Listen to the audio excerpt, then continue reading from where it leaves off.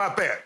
Now, all of a sudden, you want to look at analytics when it comes to Dak Prescott. You disregarded him and took a running back with a top 3, top 4 pick. You disregarded him and paid him on the second contract and made him the highest paid. You disregarded making linemen the highest paid at their position. Disregard all that. Now, Jenny, we big in analytics, and the analytics says if a quarterback eats up too much of your cap space, it decreases your chance of winning. Dak says, I tell you what, make that up on the next guy. Make the next guy, because you didn't do that with DeMarcus Lawrence. You didn't do that. You didn't worry about analytics. So what you going to do, Jerry, what I'm telling you you're going to do, when CeeDee Lamb and Michael Gallup come up, take that out on them. Do that when Diggs, when he come up, take that out on them. You're going to give me my money. All of it. So when I read this statement from Stephen Jones, I didn't think much of it because it's not like the analytics he spoke of were second or third level analytics, incomprehensible to most minds. These are kindergarten analytics. It's 2 + 2 = 4, which is the number Dak wears, analytics. It's the simple idea of if you take too much of your salary cap and everybody gets the same amount to spend on their roster, if you take too big a chunk of it, it's obviously going to decrease your ability to surround your quarterback with supporting cast that he will need to win championships. See Tom Brady. See GOAT. What has Tom Brady routinely done for the last 20 years, now 21? He has taken far less than his market value. Even next year in Tampa Bay and the following year, he makes $25 million. He readily accepted $25 million from the Bucs.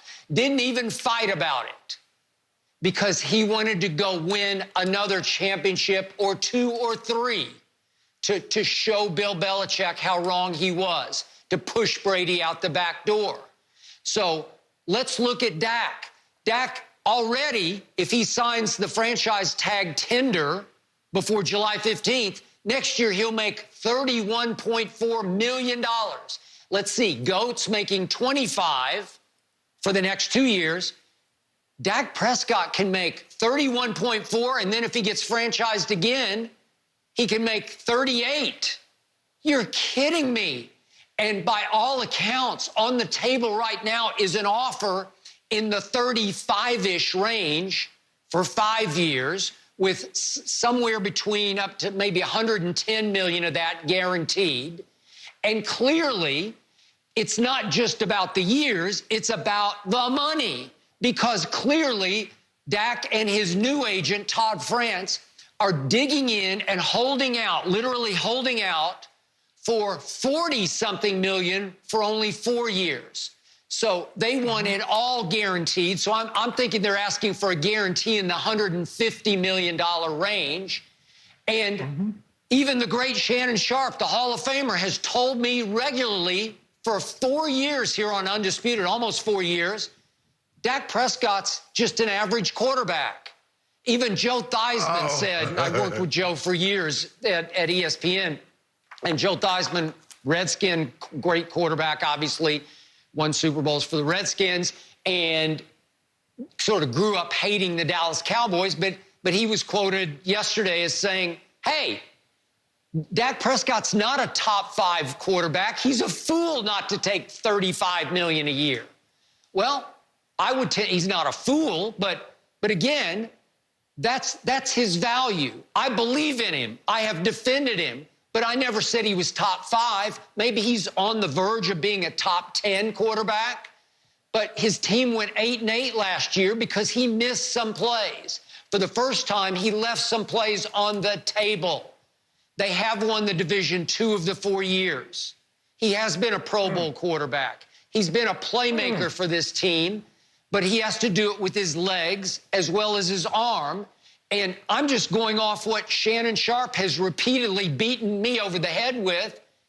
He's just a mediocre quarterback. He's an average. He's somewhere in the middle of the NFL pack as a quarterback. And you say, well, the analytics tell you you can't win without a good one. Well, are you sure you're saying he's a good one? Because you never told me he was a good quarterback.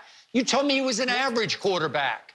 So you again, Shannon, yeah, you despise the Dallas Cowboys even worse than Joe Theismann does, and it's clear that you want to wreck my salary cap and my locker room by signing Dak Prescott to a $40+ million a year contract with all of it guaranteed, where if Dak can't quite live up to being a top 5 quarterback or even a top 1, we're talking about the kind of offer that they're, the kind of demand that they're asking for that will make even the Kansas City Chiefs officials swallow hard, because they don't even want to pay Patrick Mahomes the kind of money that Dak and his new agent are asking for right now. I told you, it's out of bounds.